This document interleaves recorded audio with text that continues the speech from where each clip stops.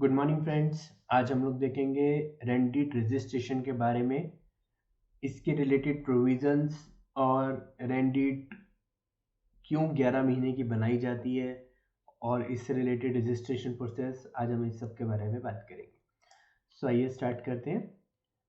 So friends, as you can see in Indian urban centers, the practice of renting a property has stopped up, क्योंकि urban areas में बहुत सारे लोग हैं जिन्होंने ऐसा एक स्ट्रेटेजी ऑप्ट किया हुआ है कि एक प्रॉपर्टी बाय करते हैं और उसका कुछ पोर्शन लेट आउट कर देते हैं, जिसकी वजह से लीज एग्रीमेंट रजिस्ट्रेशन या फिर कुछ लोगों ने एक प्रॉपर्टी परचेज कर कर उस प्रॉपर्टी को पीजी में कन्वर्ट कर दिया। सो अर्बन सिटीज़ में leasing out of the property is a common phenomena as compare to the rural areas. More people than ever are seeking leased housing due to the increase in educational and employment options. So while you seek or live in a rented house or a flat, do you know about the registration of the rent agreement? So बहुत सारे लोग ऐसे हैं जो rent agreement execute करते हैं लेकिन उसके बारे में उसको रजिस्टर नहीं करवाते। रजिस्टर करवाना चाहिए, नहीं कराना चाहिए, जरूरी है कि नहीं है, आइए आज हम सब इन चीज़ों पे बात करेंगे। Registration of lease agreement. So basically ऐसी कौन सी प्रोविजंस है जो लीज एग्रीमेंट की रजिस्ट्रेशन को गवर्न करता है। As per section 17 of the registration act 1908, it is quite essential to register for leases and rent of immovable property from year to year or for any long term beyond 1 year. So friends, इस पे अगर आप देखेंगे for any term beyond 1 year, so section 17 of registration act 1908 ये कहता है कि अगर आपका रेंट एग्रीमेंट 1 साल से ज़्यादा है तो आपको रेंट एग्रीमेंट रजिस्टर करवाना चाहिए। सो बेसिकली यहाँ पर फ्रॉम ईयर टू ईयर भी कहा गया है, तो बेसिकली अगर मेरा रेंट एग्रीमेंट 1 साल का भी है तब भी उसकी रजिस्ट्रेशन मैंडेटरी कहलाती है as per the statutory provisions. This implies that if your rental agreement is more than 1 year tenure, you would have to register. For rental agreement less than 1 year, only the stamp duty charge is applicable as no registration is mandatory. So friend, it is worth noting that registration is not mandatory. It doesn't mean that it cannot be registered. If the person wants to register it, it can be, even if it is less than 1 year, but it is not mandatory at all. This is the main reason why most of the people execute lease deeds for 11 month, क्योंकि अगर वो 1 साल का हो जाएगा तो statutory provisions applicable होंगी, इसलिए लोग 11 महीने का आमतौर पर रजिस्ट्रेशन करवाते हैं। Is it necessary to register rental agreement? Apparently it is imperative to register your rent agreement of more than 1 year. The Registration Act of India is associable to the whole of India, which means that every agreement of immovable property exceeding the 1 year span is basically required to be registered instantly. Also, only the registered lease deed can be utilized as a piece of evidence in the court of law in case of any litigation. तो friend, basically लोग कहते हैं कि अगर मैंने register नहीं कराया तो क्या हुआ। तो अगर सब कुछ ठीक चल रहा है तो कोई दिक्कत नहीं आता अगर आप नहीं भी रजिस्टर कराते हैं, बट अगर कभी भी आपको कोर्ट में जाना पड़े, स्यू करना पड़े, कोई आपका डिस्प्यूट हो जाए, रेंट रिकवरी का इश्यू हो या कोई और डिस्प्यूट हो, तो कोर्ट ऑफ लॉ में रजिस्टर्ड एग्रीमेंट ही as a piece of evidence माना जाता है। अनरजिस्टर्ड की कोई वैल्यू नहीं रहेगी, ना ही कोर्ट उसको एडमिसिबल करेगी.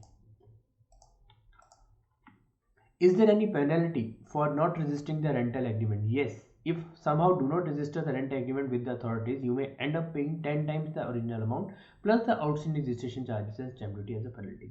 So friends, अगर कोई कहता है कि मैंने रजिस्टर नहीं कराया और मुझे कुछ उसको कोर्ट ऑफ लॉ में जाना पड़ जाता है, इन दैट केस आपको, अगर आपका स्टैम्प ड्यूटी लेट्स से 10,000 था, तब आपको 1,10,000 पे करने होंगे, 10 टाइम्स आपको पे करना होगा of the stamp duty plus the stamp duty. तो 1 लाख आपको पेनल्टी लगेगा 10 टाइम्स और आपको 10,000 स्टैम्प ड्यूटी पे करना होगा. उसके बाद आप रेंट एग्रीमेंट को एग्जीक्यूट करवा सकते हैं, स्यू कर सकते हैं, आप उसमें आर्ग्यू कर सकते हैं, उसमें आप जुडिशरी प्रोसेस फॉलो करवा सकते हैं.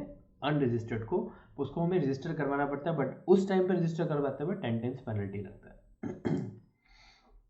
Where to approach for the registration of a rent agreement? To register your rent agreement, you require to visit the sub-register office in your locality or city. It should be noted that both the tenant and the landlord needs to be present physically for the registration process along with witnesses. Prior to this, you would require your rental agreement to be printed on stamp paper. So friends, अपनी locality जो जहाँ पर property situated है, ना कि जहाँ पर owner या टेनेंट एक्चुअली में रिजाइड करता है to their permanent residence, where the property is situated, वहाँ के आप लोकल सब रजिस्टर्ड ऑफिस में इसको रजिस्टर करवा सकते हैं। रजिस्टर करवाने के लिए आपको और टेनेंट को दोनों को ही विजिट करना होगा, टेनेंट और लैंडलॉर्ड दोनों को, और प्लस विटनेसेस। जैसे हम एक प्रॉपर्टी बाय करते वक्त कन्वेंस डीड एग्जीक्यूट किया जाता है, वैसे ही इसका प्रोसेस रहता है, फोटोज़ वगैरह होती हैं और उसके बाद उसका सारा प्रिंटिंग प्रोसेस, वो सब वो फिजिकल प्रेजेंस के बिना नहीं possible. What are the documents required for the rent agreement registration? Original proof, evidence of ownership or title of the property. आप ही ओनर है, उसका आपको एक कन्वेंस डीड का कॉपी लेके जाना है।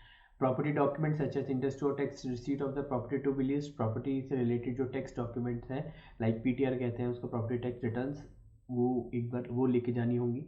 2 photographs of each party, copy of address proof of both the parties and witnesses, passport, Aadhaar, ration card, bank, driving license. Any of them can be submitted as an address proof. Route map of the property lease out. तो friend, आजकल आधार card वैसे mandatory हो गया है, क्योंकि आधार card के base पर user का ऑथेंटिकेशन किया जाता है, बट इट डजेंट मीन कि आप उसके बिना नहीं करा सकते, बट उसकी फर्स्ट प्रेफरेंस दी जाती है।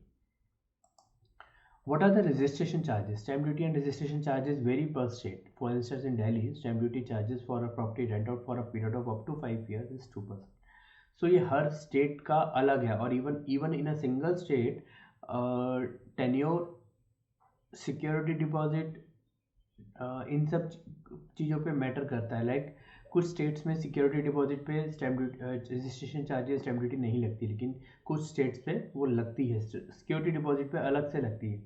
फिर कुछ स्टेट्स में ऐसा है कि अगर आप 5 साल से कम रजिस्टर कराते हो तो एक्सपेंस ज़्यादा रहेगा। कुछ स्टेट्स में ऐसा है जब आप 5 साल से ज़्यादा का कराते हो तो आपको स्टैम्प ड्यूटी चार्ज कम लगता है। तो इसका हर स्टेट का अपना सिस्टम है, वो अपने अपने रूल्स नोटिफाई करती है।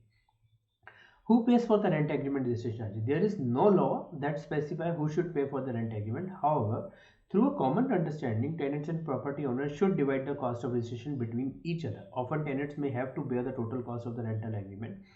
सो फ्रेंड, बेसिकली कोई लॉ नहीं है कि कौन इसकी कॉस्ट बेयर करेगा, लेकिन जनरल प्रैक्टिस यही है कि 50-50% दोनों ही बेयर करते हैं, और ये एग्रीमेंट पे बकायदा लिखा भी जाता है। तो जो भी उसका कॉस्ट रहता है 50% ओनर, 50% टेनेंट, दोनों इस कॉस्ट को बेयर करते हैं। So this is an just an example, like for Noida up to 5 years stamp duty charge is 2%, Delhi sorry for Noida up to 11 months 2%।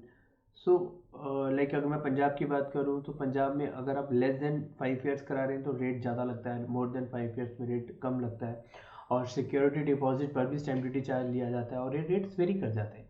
सो जब भी आप इसको करवाएंगे, जो भी आपका लोकल वेंडर है, जो भी तहसील में है, वो इन सब की आपकी इन्फॉर्मेशन आपको सप्लाई करेगा, और उसके लिए अपॉइंटमेंट्स भी लेनी पड़ती है सब रजिस्टर ऑफिस में, वो सब भी वो अरेंज करवा देते हैं। थैंक यू फ्रेंड्स, अगर कोई भी क्वेरी हो तो आप propsindia.com पे पूछ सकते हैं। Please subscribe to our channel. Thank you very much.